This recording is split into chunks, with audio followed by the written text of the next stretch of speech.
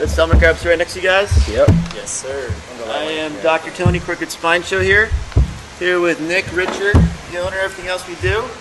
Introductions first. We're here basically to talk about youth athletics. That's the key. Okay, we want to make sure everyone understands that as a parent myself with teenage kids now, but even kids, patients that I have that have youth kids, how do we get our kids to train properly at the right facility with the right trainers?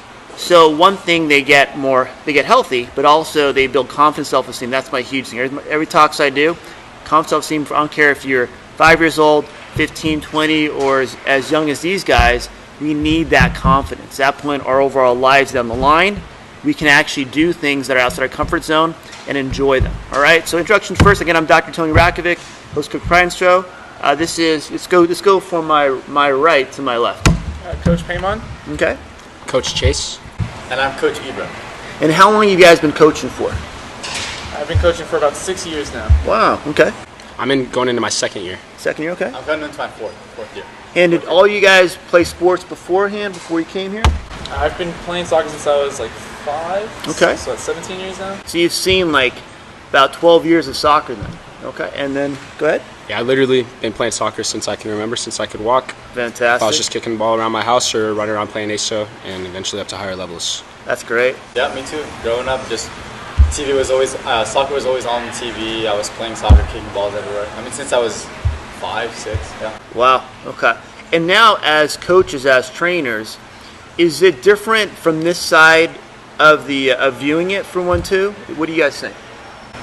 I mean, I definitely think it's different because there's always times where I want to be the one doing what they're doing. Yes. So I feel like I obviously have a different mindset than what kids are doing. Okay. And, sometimes I get upset because they do it one way and I want them to do it a different way. So that's, definitely a different view.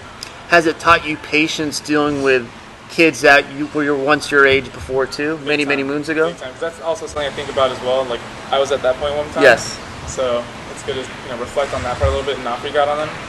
So it's amazing when you have that perspective. Okay, how do I go from where I was before as an athlete, as someone on the field, pushing myself at my age and seeing me ramp up to, say, 60 miles an hour when these kids sometimes are going at 5 miles an hour, 10 miles an hour for 1-2. How'd be your experience, guys? Yeah, my experience has definitely been altered, especially from watching kids make mistakes. That's the biggest thing for me. Okay. Mostly got to let them make mistakes. Even as a coach, you want to prevent it. Every time they make a mistake, I want to stop and say, nope, this is what you do. This is what you're doing wrong. But the biggest lesson for me coaching has been realizing that the best way for them to learn is to make mistakes, not overcoach them. Kind of step back, let them learn, let them feel the disappointment, let them feel that, and then they can move on from there. And besides disappointment, what else are they learning in that moment when they make a mistake? I think they're learning character. I think they're learning that in life, not just in soccer, in life, you're going to get down. But yes, being a good player, being a good person, it's not about how far you go down. It's about how you pull yourself back up from there. So when you lose the ball, are you going to put your head down, let the other team run by you, or are you just going to pick your head back up, move on with the game, get the ball right back in play? So you almost see their emotion and go, okay, how does that, in my sense, how's their response? Then from there, how do I pick them up and make the learning experience for them? Exactly. Great. And one more? Yeah, I mean, now we're the teachers, right? We teach the kids how to play the game. We Yes. teach them the basics, really. And we really want them to be great on the field and off the field. That's what we really want to teach as coaches. And yeah, that's basically it. And looking at these kids too, what age groups are you guys working with right now? What's your field like? What do you guys? during the fall time, I work with high school kids. Okay, so high school. Yeah, and so, all year round is more like 8 to 14. Okay. Yeah. 8 to 14, and then you guys same thing. I go really young, actually. I do young kids as young as 3, and at that point it's not really soccer. But You are brave. You're a brave soul. I would never touch that. Wow. Yeah, I do kids as young as 3, and then towards the fall and spring I work more with high school boys. You can make a great dad someday. You have the patience. You've learned patience now. Oh yeah. The last one? Yeah, ages 6 to 18. 6 to 18, good. 6 to 18. And that's the thing. You're getting trainers that, in my sense, may look young, but they've dealt with kids, had the experience with kids, and obviously, as you've seen already, this short time we've been on the podcast and on the video, is really understanding these guys are in there to make sure your kids become better people. And not saying that you can't do the good job yourself too, but when you're away from their parents, what else are they learning? And learning it even before they start school, basically education in kindergarten for 1, 2, are they learning things that allow things to improve their lives over time so they go into school or other things and have that confidence, self-esteem. And when you talk about, let's start with the younger ones too. At 3 or 4, so it's not really like team soccer. What are you trying to teach them, or what do the parents want to get out of it? We're trying to teach them how to work as a team, basically. How to work. I'm sorry. Go ahead. Keep going. I'm trying to teach them how to work as a team, how to work with other people, because at that point, it's not just it's kind of kick a ball and run, but we're trying to get them used to, all right, sometimes somebody's going to take the ball from you, sometimes you're going to have to pass the ball to your teammate. Okay. Sometimes you're going to miss your shot, sometimes you're going to kick and completely miss the ball and fall on your face. But we got to pick you guys right back up and keep going, because it's for the love of the game. We're trying to teach them that the game's about passion, the game's about joy, because even as you get from 3 years old up to playing, there's guys playing in the World Cup, everybody's playing the game because they love it. And that's what we're trying to teach them. It's the passion you want to get into that, or even something else too. How long is your session with these kids? How many weeks or how many months? With these, say, 3 to 5 year olds. 3 to 5 year olds, we go about 13 weeks, and the sessions are only 15 minutes, and we give them a lot of water breaks, because at the end of the day, they are exhausted. 3, so we get them going quick, fast for a little bit, and then we go get them a water break, kind of let them recharge a little bit, and then they come right back in and we go 100% again. That's awesome. And what is the parents' response to when you train these kids, say 3-4 weeks out? What are they kind of saying, or what are they getting into your ear about? They're saying, like what I was just talking about, it's their first experience working as a team. Good. So it's kind of, we got to really ease them into that team. I'm not going to get on them too hard about anything, but it's more character building at that point too. It's about equal parts character building as it is soccer. So we try to teach them to make mistakes, work together, share, just like you're playing on the field. Then eventually, as we move on into the season, I start teaching them more about technique and stuff like that. But we got to get the fundamentals of, you're part of a team, you're part of something bigger. And do you see these kids progress, say you've been here for a few years now, progress to where they get older and still want to play and want to do more and more and more? Oh yeah, absolutely. Every kid, towards the end of the season, every kid is just asking me as soon as we come out, they say, what are we doing today? And I tell them the drills. They say, can we just scrimmage? I just want to play. That's awesome. The entire 50 minutes, they don't want to come off the field.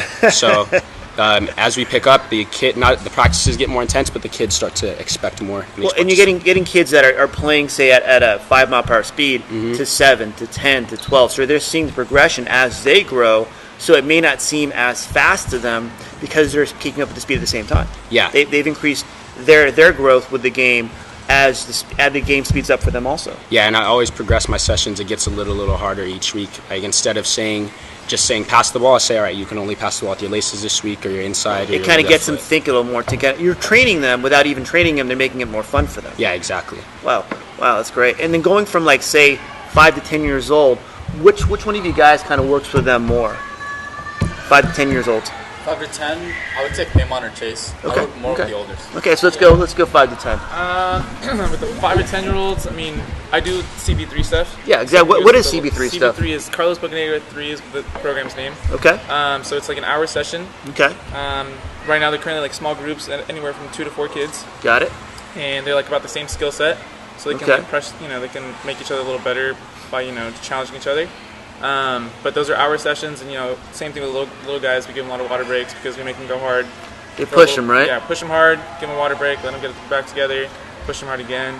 And so it's more about maybe not the conditioning as much as the training, the skill, learning the skill itself. Yeah, so with me more like just the skill stuff. So they're a little older now, they should kind of get more of the basics down. So now we're trying to get their skill level a little better, like the technique's better down, the skill moves better, all that kind of stuff. So they're moving around for a lot too. They're learning things here and there.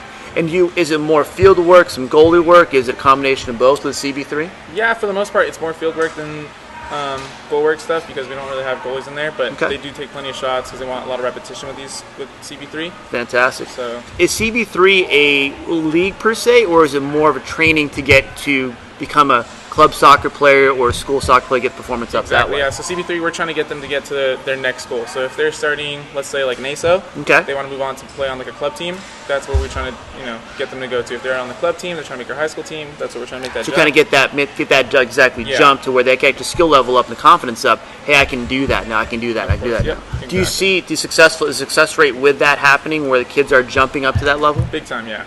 Wow. Yeah. Okay.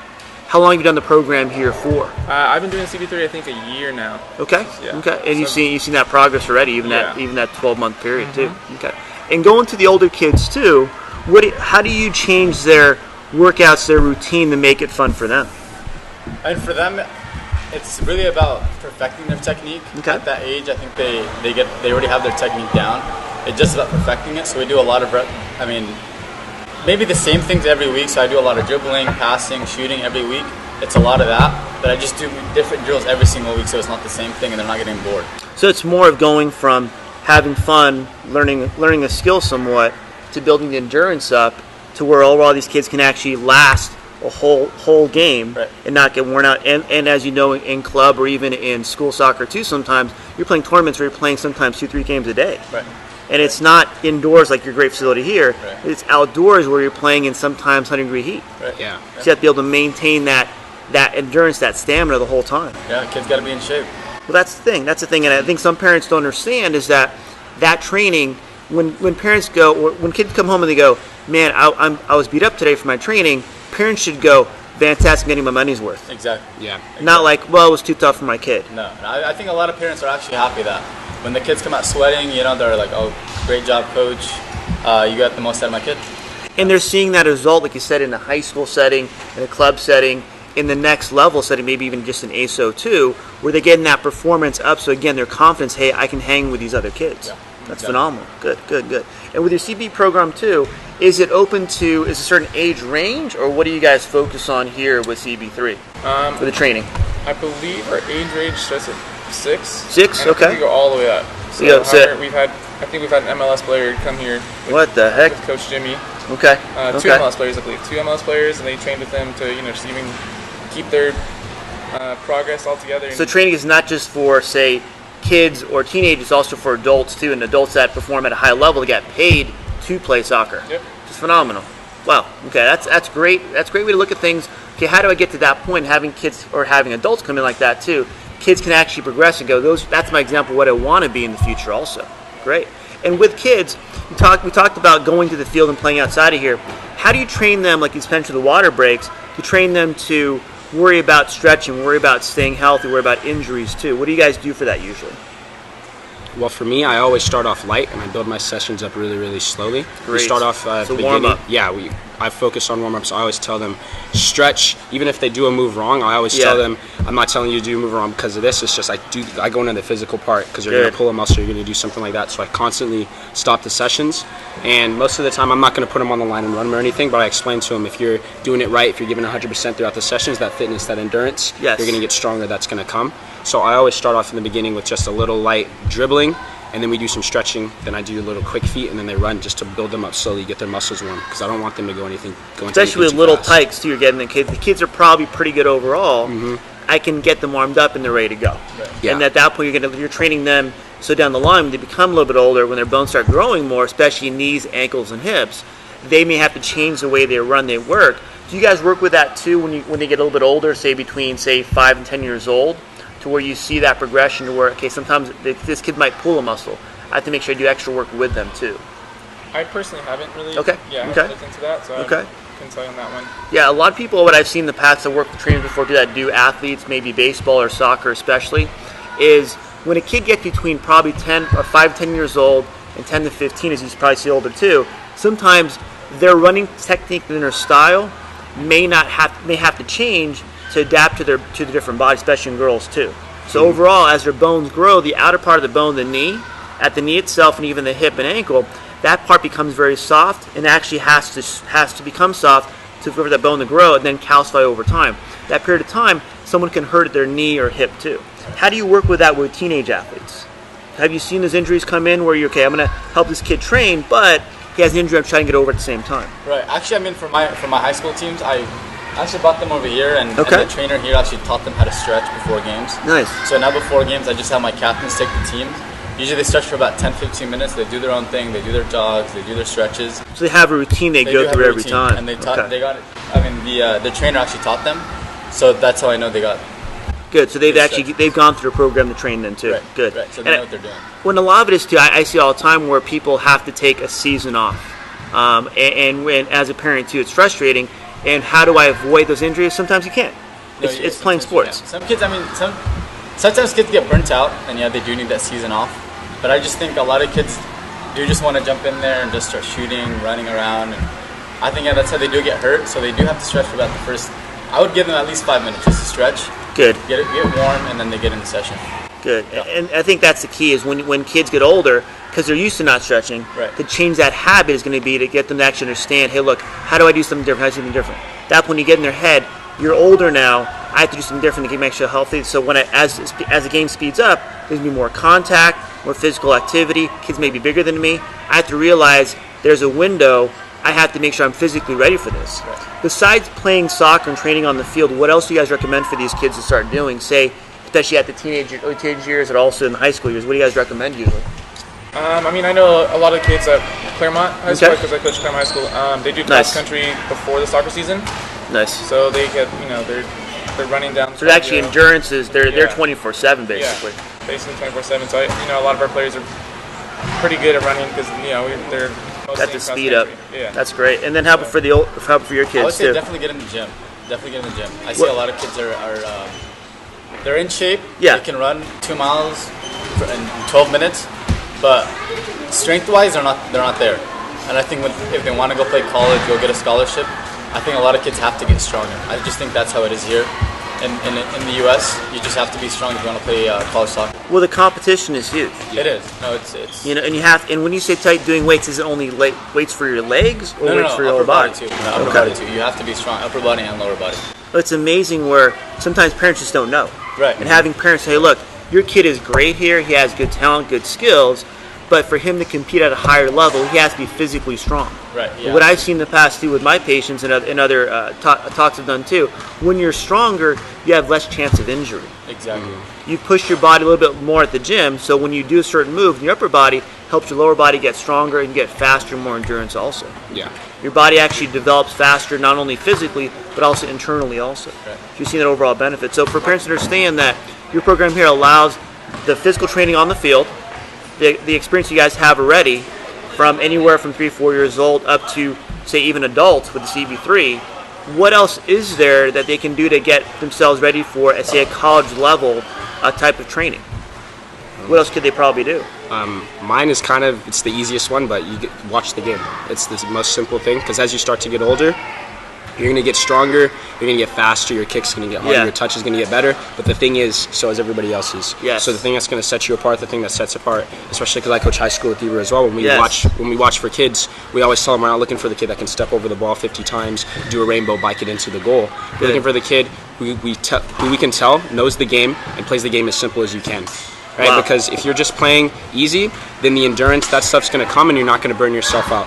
That's Done. why players like Ronaldo, players like Messi, they could play until they're almost 40 years old because they think the game and they play the game up top. So if you just watch the game, not for the goals, not for the bicycle kicks, but you watch a player play that plays your position, watch how they move, watch the little things they do. If they take a step to the left, step to the right before they receive the ball, then the game's going to be easier for you. So if you play the game simple, then you're going to be a better player. So by doing your homework out off the field allows you to say, okay, how else can I move? What else can I do?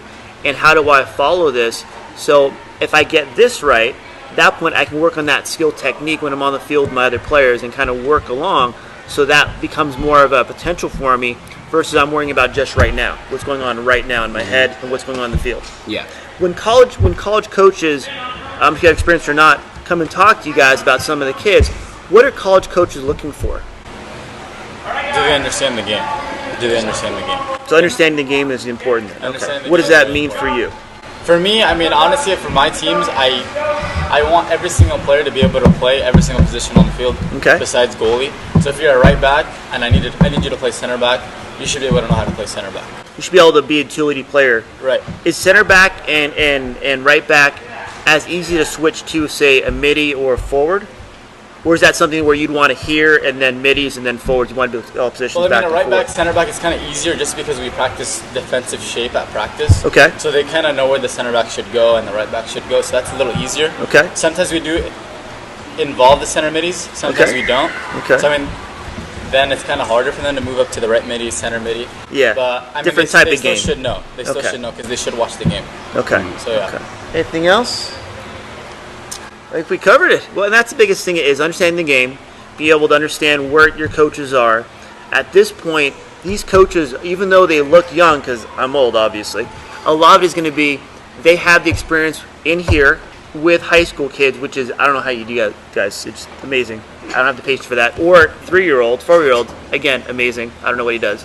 But a lot of it is, this is a place where you can train safely in a controlled condition and realize, how do I learn the game here, my skills, gain the passion for it, gain the speed, so as I get stronger and older, the game will keep getting faster and faster, can maintain that speed.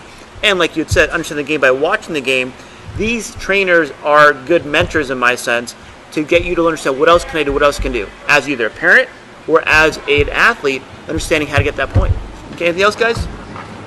That's it for me. And again, this is the Upland Sports Arena in Upland. This is a facility been there for a long time. They've gone through some changes. They have their sports facility for soccer mostly, but they also have volleyball, right? Or actually, no, the sports right now. We're going to other things too. We're going to work on other things on our next videos. But they have the restaurant for the parents also. You can watch the games here too. I turn the TVs off because I'm going to watch the game and get distracted the whole time while I'm doing the interview. But realize this is a place where soccer allows you to progress your game as an athlete and as a parent. A place to trust these athletes to have the ability to help you too. All right? This is our show, Crooked Spine Show with Upland Sports Arena, and we'll see you next time. Thanks, guys. Yeah, of course. Thank you. You guys are knowledgeable, man. I'm like, who are these guys?